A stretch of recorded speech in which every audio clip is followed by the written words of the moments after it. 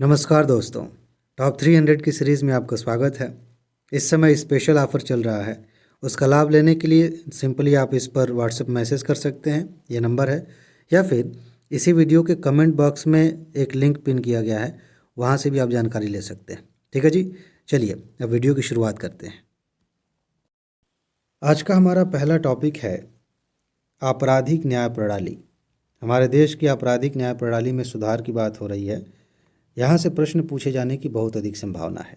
यह प्री के लिए भी इम्पॉर्टेंट है और मेंस के लिए भी है। फिलहाल हम प्री की तैयारी कर रहे हैं इस सीरीज़ में, तो प्री के नज़रिए से देखेंगे कि कहाँ कहाँ से प्रश्न पूछे जा सकते हैं, किन बातों को हमें ध्यान में रखना है। लेकिन आप ये बात ज़रूर ध्यान में रखिएगा कि यह मेंस के लिए भी इम्पॉर्टेंट है।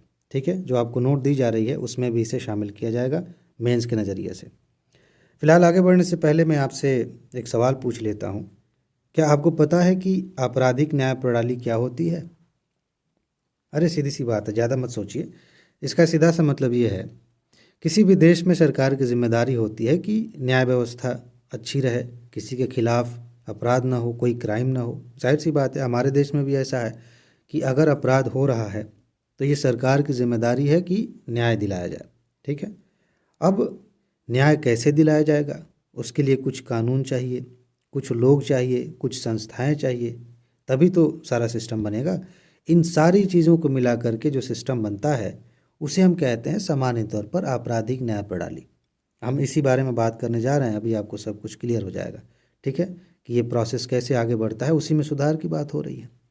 तो चलिए देखते हैं कि कहाँ कहाँ से प्रश्न बन सकते हैं। ये जो पहली लाइन है, ये बस आपको याद दिलाने के लिए कि ये चर्चा में क्यों था।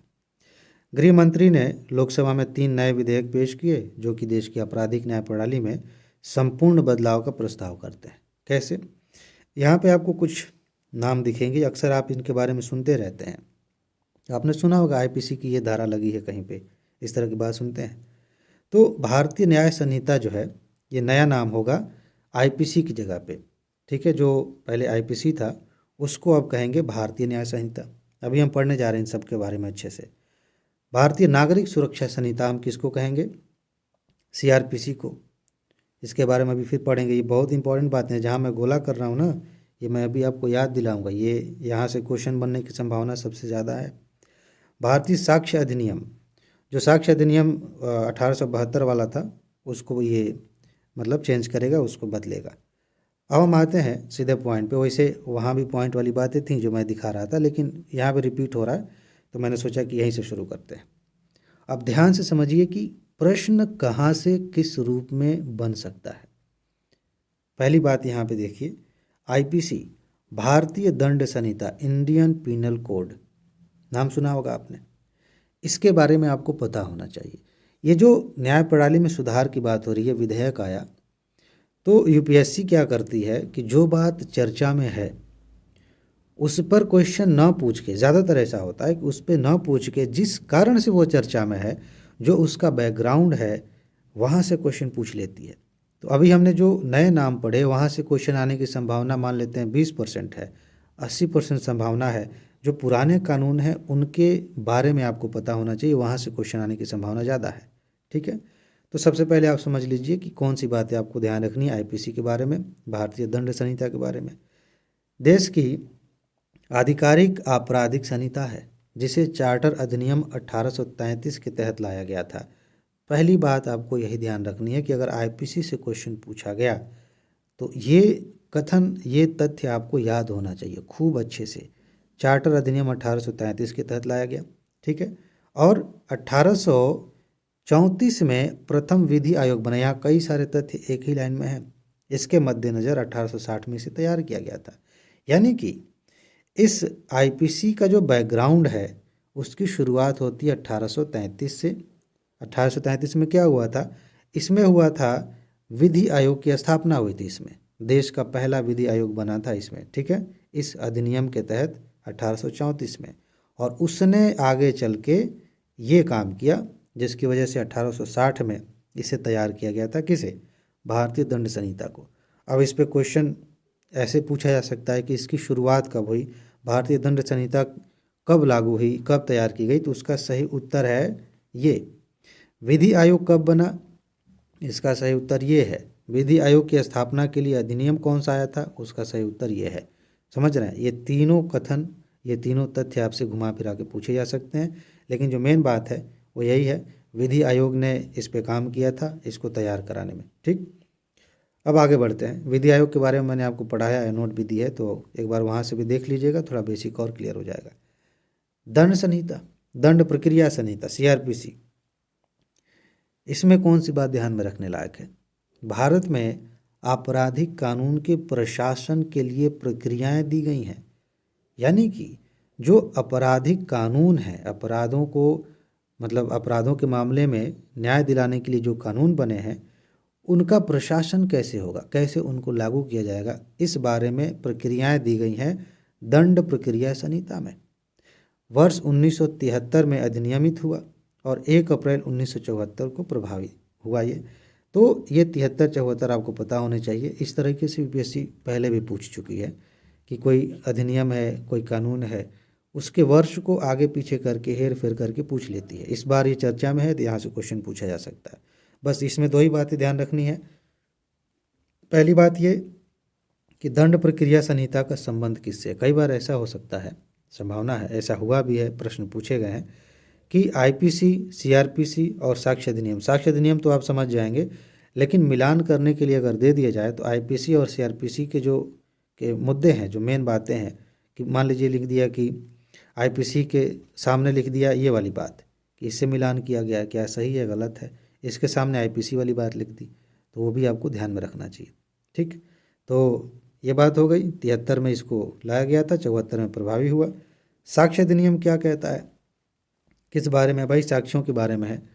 कोर्ट में जाते हैं, सबूत मांगते हैं जज साहब, तो सबूत से संबंधित कुछ बातें हैं जिनको ध्यान में रखना है। इसमें भी अपडेट किया जा रहा है। अभी हम पढ़ेंगे कि भाई नई टेक्नोलॉजी आ रही है, परिस्थितियां बदल रही हैं, तो उसके अनुसार साक्ष्य अधिनियम में भी बदलाव होना चाहिए। पुराना है, बहुत पुराना, देखिए 1872 की बात है। तो उस समय इंपीरियल लेजिस्लेटिव काउंसिल ने, जो कि ब्रिटेन की काउंसिल थी, उसने बनाया था इसको। क्या मतलब है, अभी इसमें कुछ तो बदलाव होना चाहिए, तो इसमें बदलाव करने की बात हो रही है। भारतीय साक्ष्य अधिनियम के बारे में आपको फिलहाल ये जानना है कि ये 1872 में लाया गया था। ठीक है, भारतीय न्यायालयों में साक्ष्य की स्वीकार्यता को नियंत्रित करने वाले नियमों और संबंध मुद्दों का समूह है। किस सबूत को मान्य माना जाएगा, किस सबूत को जज साहब एक्सेप्ट करेंगे, इस तरह की बातें इसमें की गई हैं। कौन सा सबूत नहीं माना जाएगा, ये सब बातें हैं। ठीक है, इसके बाद आगे बढ़ते हैं। आपराधिक न्याय प्रणाली क्या होती है, मैंने आपको शुरू में ही बताया, थोड़ा सा समझ लीजिए यहाँ पे बेसिक। ओके, यहाँ पे साफ साफ लिखा है, जो बातें हम कर रहे थे शुरुआत में, सिंपल सी बात है। आपराधिक न्याय प्रणाली कानूनों, प्रक्रियाओं और संस्थाओं का समूह है जिसका उद्देश्य सभी व्यक्तियों के अधिकारों तथा सुरक्षा को सुनिश्चित करते हुए अपराधों को रोकना, पता लगाना, दोषियों पर मुकदमा चलाना, उन्हें दंडित करना, ये सब शामिल है। ठीक है, इसमें कौन कौन सी चीज़ें शामिल हैं? इसमें पुलिस बल शामिल होते हैं। बेसिकली FIR वगैरह से शुरुआत होती है, जांच होती है, तो पुलिस बल तो चाहिए ही। न्यायिक संस्थान होते हैं, मुकदमा चलता है, कोर्ट तक बात पहुंचती है। विधायी निकाय होते हैं, बहुत सारे कानून बने हैं, उनके तहत कुछ निकाय बनाए गए हैं। और फॉरेंसिक भी होता है, जांच एजेंसियां भी होती हैं, इन सबको इसमें शामिल किया जाता है। ठीक है, साथ ही साथ और भी संगठन इसमें हो सकते हैं, आप समझ जाएंगे। अगर क्वेश्चन इस तरीके से बना कि निम्नलिखित में से किस संस्था को, किस चीज़ को आपराधिक न्याय प्रणाली के तहत शामिल किया जाएगा, तो आप ये तो ध्यान में रखिए ही। साथ ही साथ जो भी ऑप्शन दिए जाएंगे उनमें आप देख सकते हैं कि क्या इसका किसी भी रूप में ऐसा रोल है जो किसी अपराध में न्याय करने से संबंधित है। पुलिस का आप देखेंगे, हाँ भाई पुलिस की ज़रूरत है। न्यायालय में आप देखेंगे कि जज की ज़रूरत है, न्यायपालिका की ज़रूरत है, कानून की ज़रूरत है। तो इस तरीके से आप गेस कर सकते हैं। ठीक है, अब हम बात करते हैं कि क्या बदलाव किए जा रहे हैं। यहाँ से क्वेश्चन बन सकता है, थोड़ा ध्यान दीजिएगा। बहुत बेसिक चीज़ें हैं लेकिन इंपॉर्टेंट बातें हैं, मुख्य परीक्षा के लिए भी ध्यान रखिएगा। अभी हमने पढ़ा भारतीय न्याय संहिता, अब आपको ये बताना है कि किसकी जगह आएगा। ठीक है, फिलहाल इसमें बदलाव क्या हो रहे हैं ये समझ लीजिए। यह विधेयक आतंकवाद और अलगाववाद, सरकार के खिलाफ सशस्त्र विद्रोह, देश की संप्रभुता को चुनौती देने जैसे अपराधों को परिभाषित करता है। इन्हें भी शामिल किया गया इसमें, जिनका पूर्व में कानून के विभिन्न प्रावधानों के तहत उल्लेख किया गया था। अलग अलग जगहों पे ये सारी चीज़ें थी, इनको यहाँ पे एक साथ बताया जाएगा, इनके बारे में बात होगी कि क्या है, इसकी परिभाषा दी जाएगी। ठीक, यह राजद्रोह के अपराध को रोकने पर केंद्रित है, इस बात को विशेष रूप से ध्यान रखिएगा। न्याय संहिता का असली केंद्र यही है, राजद्रोह के अपराध को रोकने पर केंद्रित है, जिसकी औपनिवेशिक विरासत के रूप में व्यापक रूप से आलोचना की गई थी, जो स्वतंत्र भाषण और असहमति पर अंकुश लगाता है। ठीक, आगे बढ़ते हैं। ये लाइन ज़्यादा इम्पॉर्टेंट है। मॉब लिंचिंग की घटनाएं कुछ सालों में आपने देखी हैं। मॉब लिंचिंग के लिए अधिकतम सजा के रूप में मृत्यु दंड का प्रावधान है इसमें। यानी कि अगर कुछ लोग भीड़ इकट्ठी करके किसी की हत्या कर देते हैं किसी भी नाम पर, तो पहले तो ये चल रहा था कि भाई अब भीड़ ने मारा है, किसको पकड़ें किसको पहचानें, बड़ी मुश्किल की बात होती थी। लेकिन पहले से मतलब दो चीज़ें हैं, एक तो ये है कि क्लियर नहीं है कि किसको पकड़ें, दूसरी बात ये कि भीड़ ने हिंसा कर दी है तो इस तरह से कैसे सज़ा दें, किसको कौन सी सज़ा दें, क्लियर नहीं था। अब क्या है कि मॉब लिंचिंग में कोई पकड़ा गया, दोषी पाया गया, तो उसको मृत्यु दंड भी हो सकती है। तो इससे लोग डरेंगे, नहीं तो क्या है ना, लोग ढीठ हो जाते हैं कि चलो भीड़ में जाके हिंसा करेंगे तो कौन पहचानने आ रहा है।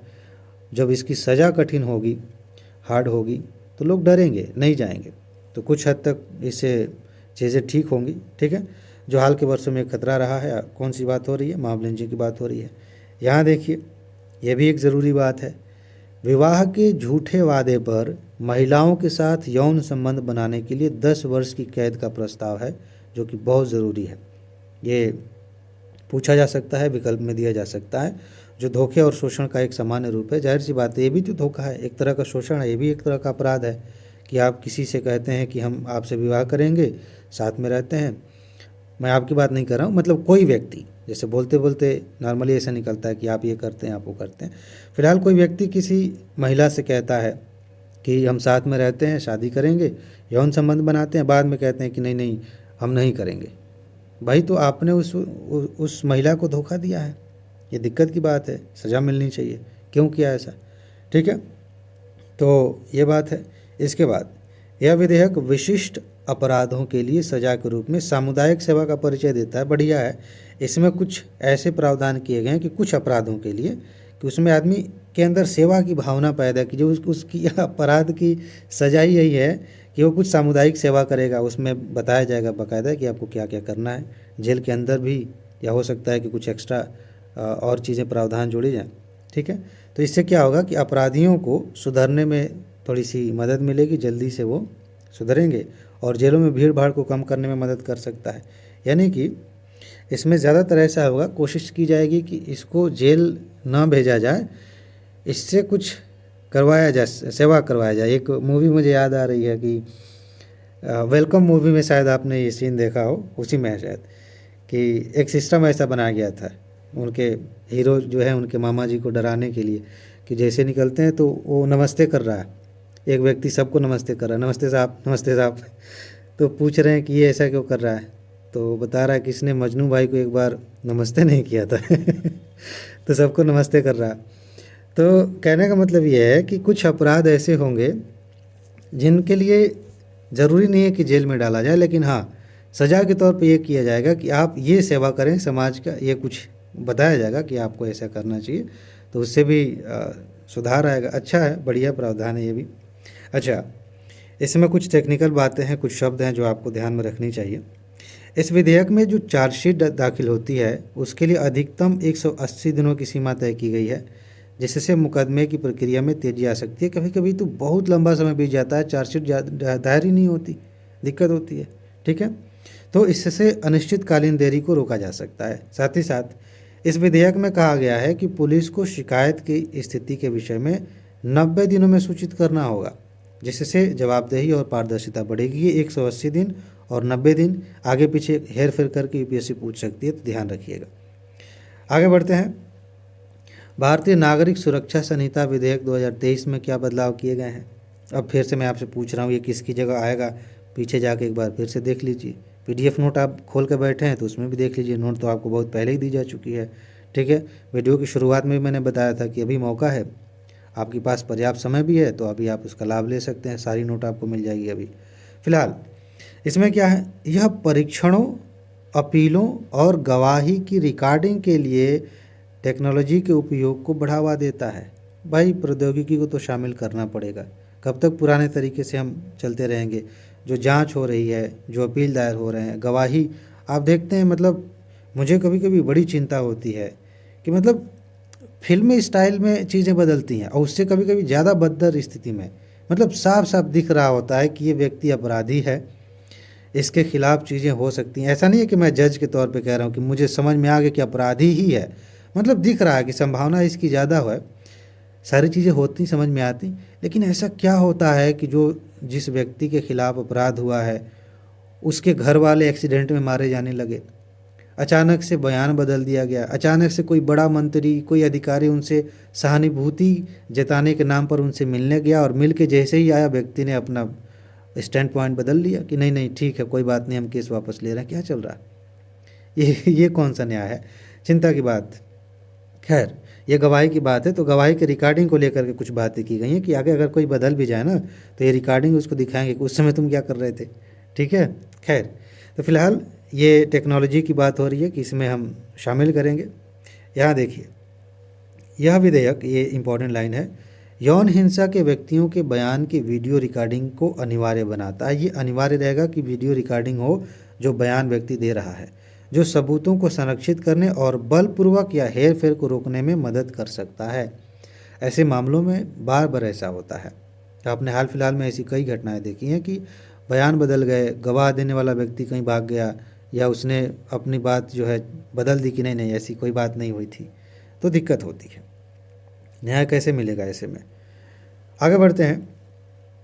इस विधेयक में यह आवश्यक है कि पुलिस 7 वर्ष या उससे अधिक की सज़ा वाले मामलों को वापस लेने से पहले, मामले डिफाइंड हैं कि इस तरह की गलती करेंगे तो इतने वर्ष की सज़ा हो सकती है। अभी हमने मॉब लिंचिंग का ही देखा कि अब उसमें कोई व्यक्ति पकड़ा गया मॉब लिंचिंग करते हुए तो अधिकतम सज़ा के रूप में मौत की सज़ा भी हो सकती है। ऐसे ही अलग अलग अपराधों के लिए, किसी ने चोरी की है उसके लिए कुछ अलग प्रावधान है, किसी ने हत्या की अलग प्रावधान है, किसी ने फ्रॉड की अलग प्रावधान है। तो 7 वर्ष या उससे अधिक की सज़ा अगर किसी व्यक्ति को मिल सकती है किसी अपराध में, ठीक है, ध्यान रखिएगा, तो उस मामले को अगर वापस लेना है तो पुलिस के लिए ज़रूरी है कि वो पीड़ित से परामर्श करे, जिसके खिलाफ अपराध हुआ है, जो उसका भुक्तभोगी है, उससे परामर्श करे, जिससे यह सुनिश्चित हो सके कि न्याय से समझौता या उसे अस्वीकार नहीं किया जाए। कई बार ऐसा होता है ना कि मामले को वापस लेना पड़ता है, कई कारण होते हैं, तो भाई जो पीड़ित है उससे तो पूछ लीजिए, ये बात की गई है।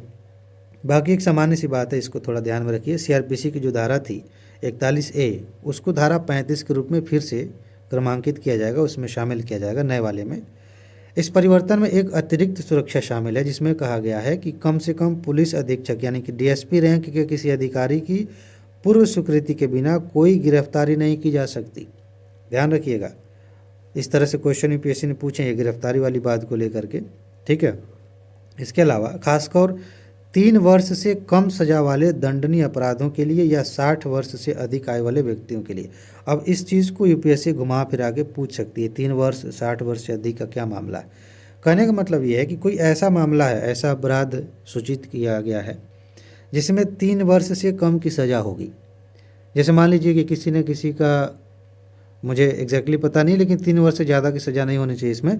किसी ने चोरी कर दी, किसी का पॉकेट मार लिया, ठीक है, जेब में पैसे रखे थे और उसमें से निकालते हुए पकड़ा गया, मान लेते हैं ट्रेन में, और मान लेते हैं कि इसके लिए 2 साल की सज़ा है, ठीक।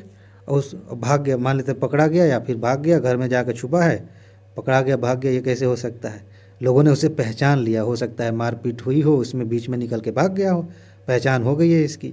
अब पुलिस को पता है कि इसका घर कहाँ है। यह है कि इस मामले में 3 साल तक की सज़ा हो सकती है मैक्सिमम, या 3 साल से कम की सज़ा होगी। तो ऐसे मामले में ऐसे नहीं कि किसी को भी पकड़ ले गिरफ्तार कर ले। ये मैं बहुत ही हल्का सा एग्जांपल ले रहा हूँ, मतलब उतना दमदार एग्जांपल नहीं है, उसको बस समझने के लिए है। लेकिन कहने का मतलब है कि कोई ज़्यादा गंभीर मामला नहीं है, तो ऐसे नहीं कि मुँह उठा के पहुँच गए चलो हम गिरफ्तार करने आए, ऐसे थोड़ी होता है। तो गिरफ्तार नहीं करना, उसके लिए इजाज़त की ज़रूरत है, ठीक। इसके अलावा 60 साल से अधिक आयु का कोई व्यक्ति है, कोई बुजुर्ग है, उसे भी गिरफ्तार करना है तो ऐसे नहीं कि दौड़े दौड़े चले आए गिरफ्तार कर लिए, उसके लिए एक डीएसपी रैंक के अधिकारी से स्वीकृति लेनी होगी। और ऐसे भी अगर मामला गंभीर है तो स्वीकृति तुरंत मिल जाती है, ज़्यादा दिक्कत नहीं होती। ठीक है। अच्छा, यह फरार अपराधियों के संबंध में न्यायालय को उसकी अनुपस्थिति में मुकदमा चलाने और सजा सुनाने की अनुमति देता है, जो भगोड़ों को न्याय से बचाने से रोक सकता है। ये बहुत इंपॉर्टेंट लाइन है और इसलिए इस सेक्शन को लेकर यूपीएससी प्रश्न पूछ सकती है। अभी तक ऐसा होता था, ज़्यादातर ऐसा हुआ है कि आप देखेंगे कि भाई दोनों पक्ष अदालत में आ रहे हैं, दोनों की बातें सुनी जा रही हैं, फिर आखिरी फैसले तक पहुंचा जा रहा है कि क्या होगा आगे, कैसा फैसला दिया जाएगा। लेकिन ऐसा भी होता है, हुआ है कि भाग जाते हैं लोग। अब भाग गए, जैसा आप कह रहे हैं कहाँ है वो व्यक्ति, नहीं है, ऐसे में मामला आगे बढ़ जाता है, डेट पे डेट, तारीख पे तारीख, ये सारी चीज़ें होती रहती हैं। तो कुछ मामलों में ये ज़रूरी है कि भाई इतना गंभीर अपराध हुआ है, कोई भी बात है तो वो नहीं है तो भी हम प्रक्रिया को आगे बढ़ा सकें। अब बहुत सारे लोग हमारे यहाँ से हज़ारों करोड़ रुपए का कर्जा लेके भाग गए, ना वो खुद आ रहे हैं ना उनका कोई वकील आ रहा है, तो क्या न्याय नहीं मिलना चाहिए? इस पे तो आगे प्रक्रिया आगे बढ़नी चाहिए ना। तो जो अपराधी फरार हो गए हैं उनके संबंध में व्यवस्था की गई है कि इन भगोड़ों को भागे रहने दीजिए, न्याय की प्रक्रिया आगे बढ़ेगी, सज़ा जो बनती है वो सुनाई जाएगी, उसके बाद उसको पकड़ के लेके आएंगे कहाँ गए थे। ठीक है। इसमें सरकार बाकायदा नोटिस भी देती है, कहती भी है कि आ जाओ, जो विदेशों में भागे हैं ना उन तक नोटिस पहुंच जाता है किसी न किसी रूप में कि भाई तुम्हारे पास ये ऑप्शन है, प्यार से आ जाओ, अपना पक्ष रखो और फिर देखेंगे। जो कुछ भगोड़े अभी हैं ना जो ब्रिटेन में भागे हैं, उनके वकील अभी हमारे यहाँ सरकार से बातचीत कर रहे हैं। चलिए आगे बढ़ते हैं। यह मजिस्ट्रेटों को ईमेल, एसएमएस, व्हाट्सएप संदेशों आदि जैसे इलेक्ट्रॉनिक रिकॉर्ड के आधार पर अपराध का संज्ञान लेने का अधिकार देता है। यानी कि अपराध हुआ है, उसके बारे में कुछ ईमेल मिली हैं, एसएमएस पाया गया है कि ये मैसेज किया गया था, व्हाट्सएप मैसेज किया गया था। आपने इस बीच कई मामलों में व्हाट्सएप मैसेज का जिक्र किया कि लीक हो गया या ये सबूत पता चला इससे। जो ड्रग्स वाला मामला चर्चा में था 1-2 साल पहले, उसमें भी आपने इसको खूब जिक्र सुना था। तो न्यायालय को ये कहा गया, अधिकार दिया गया कि भाई ठीक है, इसके आधार पे भी आप संज्ञान ले सकते हैं कि जो मैसेज है सबूत के तौर पे इसे माना जाए कि नहीं। ठीक है। इससे साक्ष्य संग्रह और सत्यापन की सुविधा मिल सकती है। अच्छा, ये बातें समझ में आ गई। अब आगे बढ़ते हैं। मृत्युदंड के मामले में दया याचिका राज्यपाल के पास 30 दिन के अंतर्गत और राष्ट्रपति के पास 60 दिन के अंतर्गत दाखिल की जानी चाहिए। ये बहुत ज़्यादा इम्पॉर्टेंट है। अगर राज्यपाल के पास दया याचिका भेजनी है 30 दिन के अंदर, 30 दिन के अंतर्गत, राष्ट्रपति के पास 60 दिन के अंतर्गत, ये क्वेश्चन पूछा जा सकता है। इस डेट मतलब ये दिन जो है ना, इनको याद रखिएगा। राष्ट्रपति के निर्णय के विरुद्ध किसी भी न्यायालय में अपील नहीं की जाएगी। बहुत सारी ऐसी चीज़ें हैं जिनके खिलाफ अपील होने की सुविधा होती है। कई सारे मामले हमने देखे हैं, जैसे नदियों के विवाद की बात कर रहे थे, उसमें कानून में कहा गया कि ये मामला न्यायालय तक नहीं जाएगा, हम आपस में सुलझाएंगे, इसके लिए ट्रिब्यूनल बनाया गया है। लेकिन सिचुएशन ऐसी बन जाती है कि अपील करनी पड़ जाती है। तो ऐसे मामलों को आपको ध्यान रखना है कि कहाँ पे अपील की व्यवस्था है, कहाँ पे नहीं है। यहाँ साफ साफ कहा गया कि अगर राष्ट्रपति ने कोई निर्णय दे दिया, मान लीजिए किसी व्यक्ति को सज़ा हुई, उसने राष्ट्रपति से दया याचिका की कि हमें माफ़ कर दीजिए, राष्ट्रपति ने कहा कि नहीं माफ़ करेंगे, जाओ। तो अब ऐसा नहीं हुआ कि अब इनके खिलाफ फिर सुप्रीम कोर्ट में जाएं अपील करने के लिए। ये कानून में बाकायदा व्यवस्था की गई है। ठीक है। अब हम बात कर लेते हैं साक्ष्य अधिनियम की कि इसमें क्या बात होगी। साक्ष्य विधेयक जो है पारित हो गया कि अधिनियम बन जाएगा। ठीक है। इसमें क्या है, यह विधेयक इलेक्ट्रॉनिक साक्ष्य को किसी भी उपकरण या सिस्टम द्वारा उत्पन्न या प्रसारित किसी भी जानकारी के रूप में परिभाषित करता है जो किसी भी माध्यम से संग्रहित या पुनर्प्राप्त करने में सक्षम है, उसको हम कहेंगे कि ये इलेक्ट्रॉनिक साक्ष्य है। कोई भी उपकरण का आपने इस्तेमाल किया, कोई सिस्टम लिया और उससे कोई जानकारी आपने भेजी किसी के पास, कहीं से प्राप्त की, उसे हम कह सकते हैं, इसके तहत शामिल कर सकते हैं। ये बड़ी परिभाषा टाइप की बात हो गई। यह इलेक्ट्रॉनिक साक्ष्य की स्वीकार्यता जैसे प्रमाणिकता, अखंडता, विश्वसनीयता आदि के लिए विशिष्ट मापदंड निर्धारित करता है जो डिजिटल डेटा के दुरुपयोग या छेड़छाड़ को रोक सकता है। ठीक है, तो इस तरह की बातें दे के यूपीएससी पूछ सकती है कि हाँ भाई, इसमें परिभाषित करने की बात हुई है, निर्धारित करने की बात हुई है कि किसे हम इलेक्ट्रॉनिक साक्ष्य के रूप में स्वीकार करेंगे। ठीक है, और क्यों करेंगे।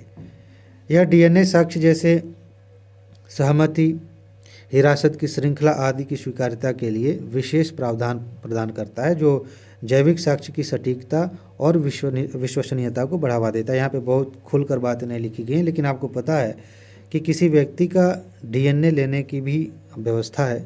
कुछ अपराधों में, सारे अपराधों में नहीं, कुछ अपराधों में सरकार क्या करेगी कि डीएनए साक्ष्य किसी का ले लेगी, अपराधी का। अगर उसने कुछ बहुत गंभीर अपराध किए हैं तो उससे पूछने की ज़रूरत नहीं है, उसका डीएनए सैंपल हम ले लेंगे। आपको एक क्वेश्चन शायद पूछा था यूपीएससी ने कि डीएनए सैंपल में किन किन चीज़ों का इस्तेमाल किया जा सकता है। फिंगरप्रिंट, हमारे बाल, या फिर जो चेहरे, हमारा जो ब्लड है, लार है, ये सारी चीज़ें हैं जो हमारे जैविक जो प्रमाण हैं, जो हमारे शरीर से जुड़ी हुई चीज़ें हैं, उनको हम डीएनए, उनसे डीएनए प्राप्त कर सकते हैं। ठीक है, तो ये साक्ष्य की जो बात है ना, गंभीर क्राइम किए हैं तो सरकार वैसे ही ले लेगी। ठीक है, उसमें कुछ क्राइटेरिया है कि इस वर्ष से इस वर्ष के बीच में इनको अपराध की सज़ा मिल सकती है, तो सरकार उनसे पूछेगी कि आपको हम लें कि नहीं। और कुछ मामलों में प्रतिबंधित है कि सरकार नहीं लेगी, डीएनए साक्ष्य नहीं लेगी। ठीक है, तो उस संबंध में यहाँ प्रावधान किए गए हैं। अब आगे बढ़ते हैं। यह विशेषज्ञ की राय को मेडिकल राय, लिखावट, विश्लेषण आदि जैसे साक्ष्य के रूप में मान्यता देता है, जो किसी मामले से संबंधित तथ्यों या परिस्थितियों को परिभाषित करने में सहायता कर सकता है। सामान्य सी लाइन है।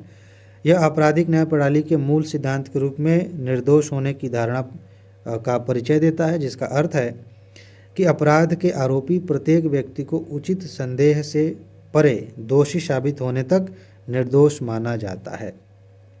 इसका क्या मतलब है। यह आपराधिक न्याय प्रणाली के मूल सिद्धांत के रूप में निर्दोष होने की धारणा का परिचय देता है। इसका क्या मतलब है कि सीधी सी बात है कि अपराध के आरोपी प्रत्येक व्यक्ति को उचित संदेह से परे दोषित होने तक निर्दोष माना जाता है। पहले ही नहीं मान लेते कि ये दोषी है, अपराधी है।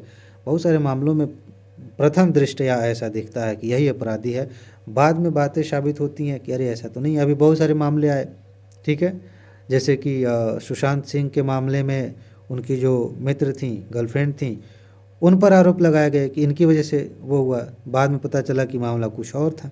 ऐसे ही शाहरुख खान के जो बेटे हैं, उनके मामले में भी ऐसे ही हुआ। तो पहली नज़र में ऐसा दिखाया जाता है या दिखता है कि यही अपराधी है, बाद में हो सकता है कि कुछ और मामला निकले। तो जब तक व्यक्ति पर अपराध सिद्ध ना हो जाए, उसे हम दोषी कैसे मान सकते हैं। हम कह सकते हैं कि इस पर आरोप लगा है, ये आरोपी है, न कि दोषी है। अच्छा, यहाँ पे मुख्य परीक्षा के लिए कुछ बातें हैं। वर्तमान आपराधिक न्याय प्रणाली में क्या बातें हैं, ये आप ध्यान रख लीजिएगा। मेंस की जो नोट मैं दूंगा आपको, उसमें कुछ और बातें अपडेट की जाएंगी। फिलहाल आप कुछ बातें ध्यान रखेंगे, काम आ जाएगा। आगे प्री के लिए कुछ चीज़ें, इसीलिए मैंने इसको लिखा है, जैसे कि लंबित मामले बहुत ज़्यादा हमारे यहाँ, संसाधनों और बुनियादी ढांचे का अभाव है, जांच और अभियोजन की खराब गुणवत्ता है, मानवाधिकारों का उल्लंघन होता है जांच में, और कई मामलों में दिक्कत होती है। इसको हम डिस्कस करेंगे आराम से जब मेंस की सीरीज चलेगी। अच्छा, पुराने कानून है, प्रक्रियाएं पुरानी हैं, फिलहाल तो उनको हम बदलने के फिराक में है ही, चल ही रहे हैं, सरकार सोच ही रही है। सार्वजनिक धारणा इसको लेकर के भी कुछ खास वो नहीं है। अच्छा, यहाँ इंपॉर्टेंट है, मेंस के लिए हम बात कर रहे हैं, लेकिन प्री के लिहाज से पूछा जा सकता है कि वोहरा समिति का संबंध किससे है। ऐसे ही कभी कभी यूपीएससी समितियों का नाम दे देती है और पूछ लेती है कि इसका संबंध किससे है। मलिमत समिति 2003 में बनी थी, इसने कौन सी बातें कही थी वो प्री में पूछा नहीं जाएगा, लेकिन मेंस में पूछा जा सकता है। लेकिन ये जो शब्द है मलिमत समिति, ये किससे संबंधित है, ये पूछा जा सकता है। इसके अलावा माधव मेनन समिति बनी थी, इससे क्वेश्चन पूछा जा सकता है। ठीक है, समितियों का नाम लेके। तो ये सब कुछ बेसिक बातें हैं आपराधिक न्याय प्रणाली के बारे में। तो इसमें बस इतना ही रहने देते हैं। कितना हो गया, 29 मिनट हो गए, इसमें इतना ही रहने देते हैं। अपना ख्याल रखिए, खुश रहिए, मस्त रहिए, मुस्कुराते रहिए, जल्दी से सफल होइए और ज़िंदगी को एंजॉय करिए। कमेंट में मैंने पिन कर दिया है ऑफर वाली वीडियो का लिंक, आप वहाँ से भी उसे देख सकते हैं। ठीक है जी, आगे मिलते हैं, नमस्कार।